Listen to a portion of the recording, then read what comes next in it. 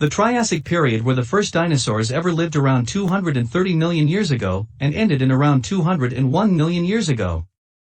Then comes the Jurassic period, started 201 million years ago and ended 145 million years ago. It had one of the most magnificent creatures.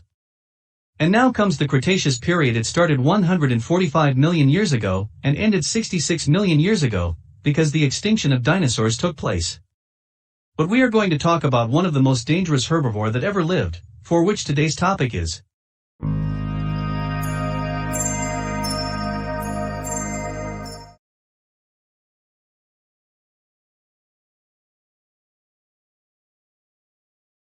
the armored colossal of Cretaceous. Introduction to the Ankylosaurus. The Ankylosaurus magniventris, also known as fused lizard in Greek, lived in the Late Cretaceous period, 70 to 66 million years ago, which roamed in North America. The Ankylosaurus is a herbivore with an armored body covered with bony plates that were studded with spikes, and the plates fused together to form a thick club at the end of its tail to swing and fend off threats, which is very useful for self-defense, since it lived with the terrifying Tyrannosaurus rex, which also lived in the same timeline and also roamed North America. If the predators rolled the Ankylosaurus, well, it's bad news for the Ankylosaurus, because the underbelly of the Ankylosaurus is the weak spot of it. More about this giant. The Ankylosaurus is also an ornithischian. You may ask, what is an ornithischian? I'll tell you more about that next. The Ankylosaurus is with a total length of 10 meters, 33 feet, probably weighs about 4 tons.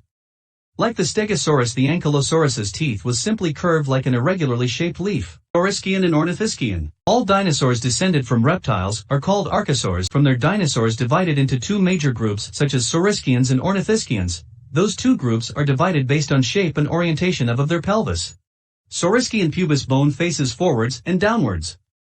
Ornithischian pubis bone faces backwards and downwards. The Ankylosaurus magniventris is a suborder of the four-legged, armored and mostly herbivores dinosaurs. The Ankylosaurus magniventris is just a namesake of its suborder, which include Ankylosaurid and more primitive nodosaurids. The earliest version of the Ankylosaurus, the Ankylosaurus magniventris, was last and largest species of Ankylosaurid. How it was introduced. In 1906, a group of American paleontologists led by Barnum Brown discovered the first Ankylosaurus fossil, which included skull, ribs, vertebrae, a shoulder girdle piece and armor. More about fossils. Ankylosaurus fossils have been found in western USA, Montana, Canada, Alberta, North America. Though the Ankylosaurus is popular, it was one of the most puzzling. And with each new discovery, scientists have only unearthed a handful of fossils.